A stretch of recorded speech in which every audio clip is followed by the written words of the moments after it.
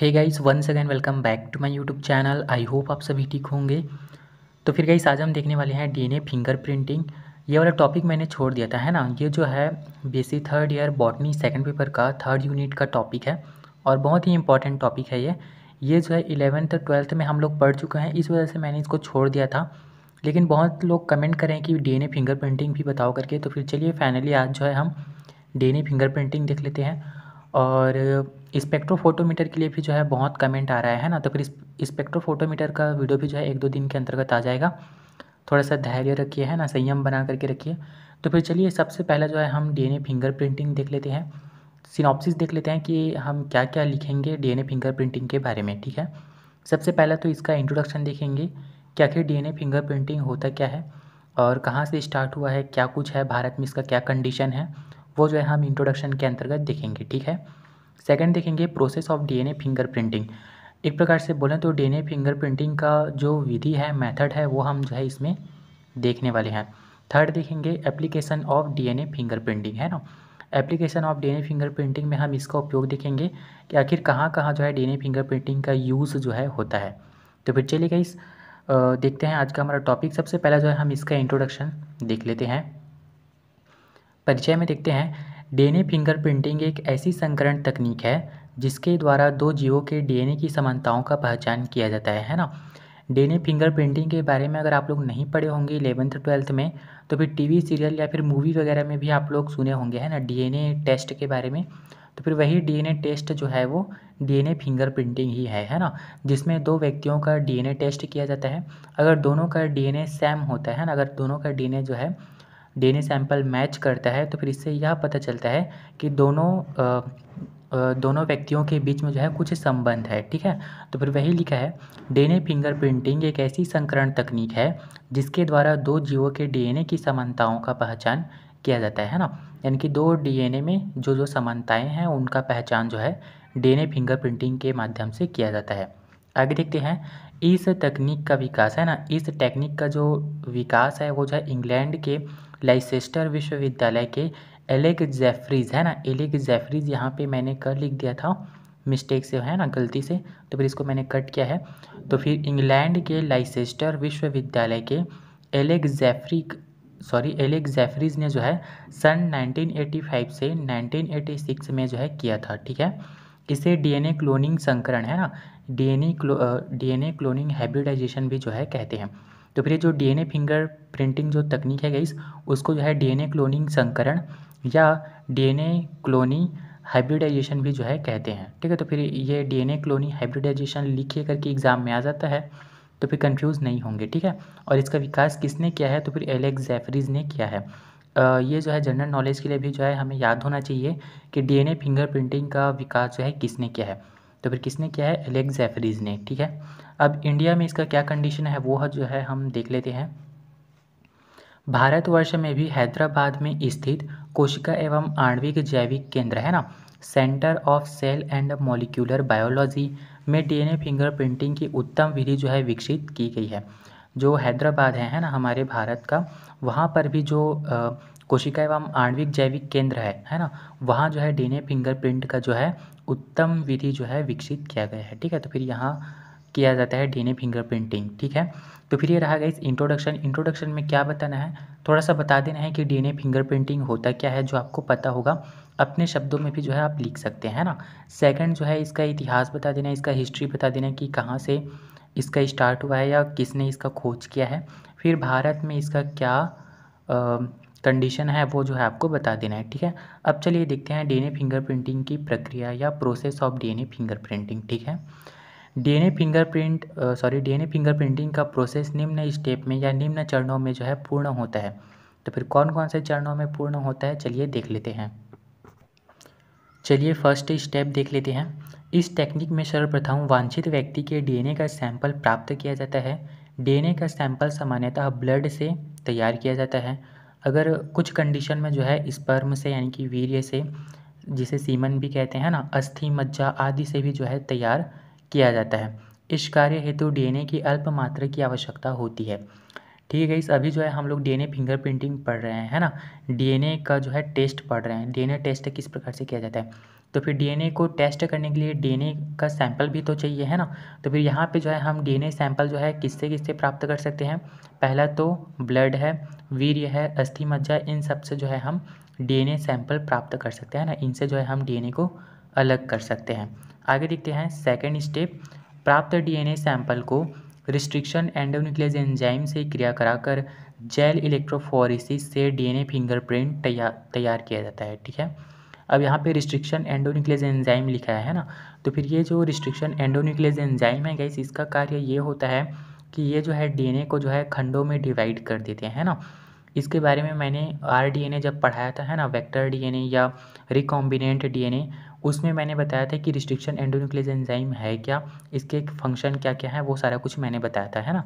तो फिर ये जो रिस्ट्रिक्शन एंडोन्यूक्लियस एंजाइम है, ये जो है डीएनए को छोटे छोटे खंडों में जो है डिवाइड कर देते हैं। ठीक है, तो फिर जो हमने डीएनए सैंपल प्राप्त किया है उसको जो है रिस्ट्रिक्शन एंडोन्यूक्लियस एंजाइम से क्रिया कराते हैं, फिर जेल इलेक्ट्रोफोरेसिस से जो है डीएनए फिंगरप्रिंट जो है तैयार करते हैं ना। जेल इलेक्ट्रोफोरेसिस यानी कि विद्युत कण संचलन।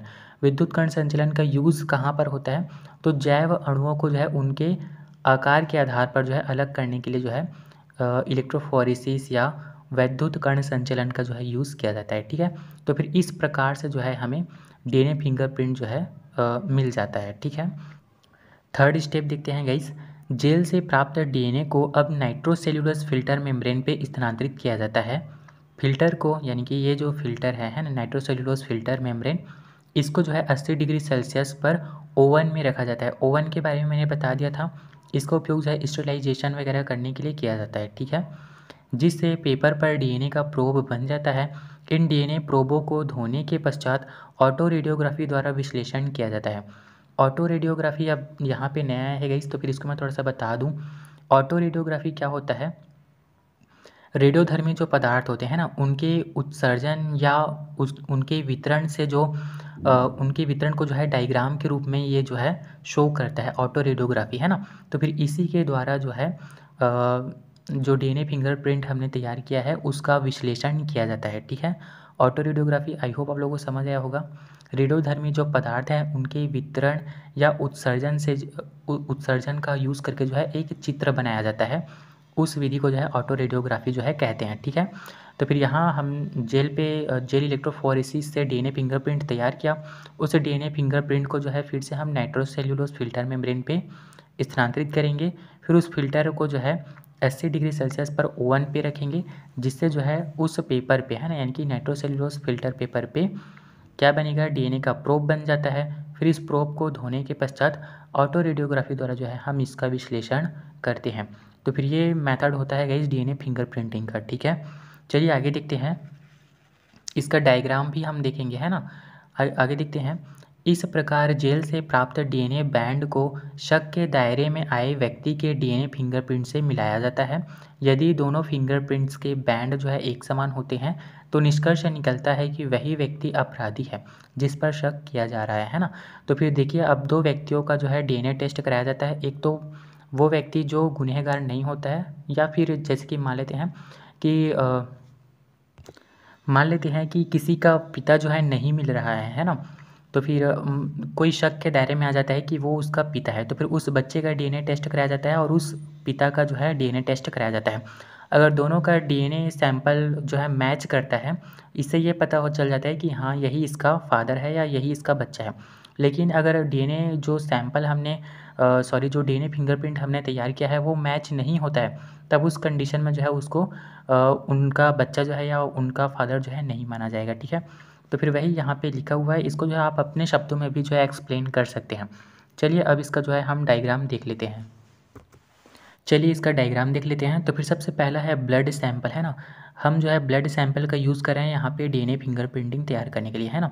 तो फिर यहाँ से हम ब्लड सैंपल लेंगे, उस ब्लड से जो है हमें एक्सट्रैक्ट डीएनए निकाल लेना है ना, क्योंकि हमें डीएनए टेस्ट कराना है। तो फिर ब्लड सैंपल लेंगे, ब्लड से जो है हमें डीएनए अलग कर लेना है। फिर इस डीएनए का जो है रिस्ट्रिक्शन एंडोन्यूक्लियस एंजाइम से क्रिया कराएंगे।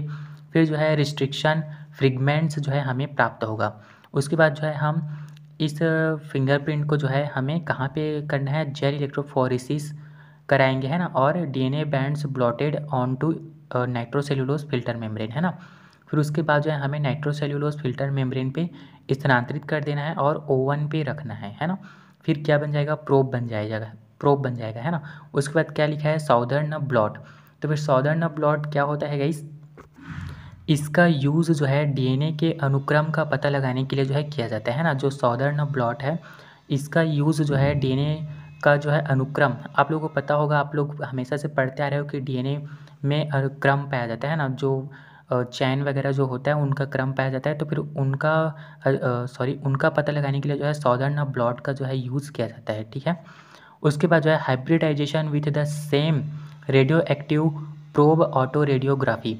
फिर इसका जो है ऑटो रेडियोग्राफी द्वारा उसका चित्र बनाया जाता है, जैसे कि इस प्रकार से बना है ना। मान लेते हैं कि वो चित्र इस प्रकार से है, तो फिर ये जो है किसी व्यक्ति का है, मान लेते हैं किसी बच्चे का है ना।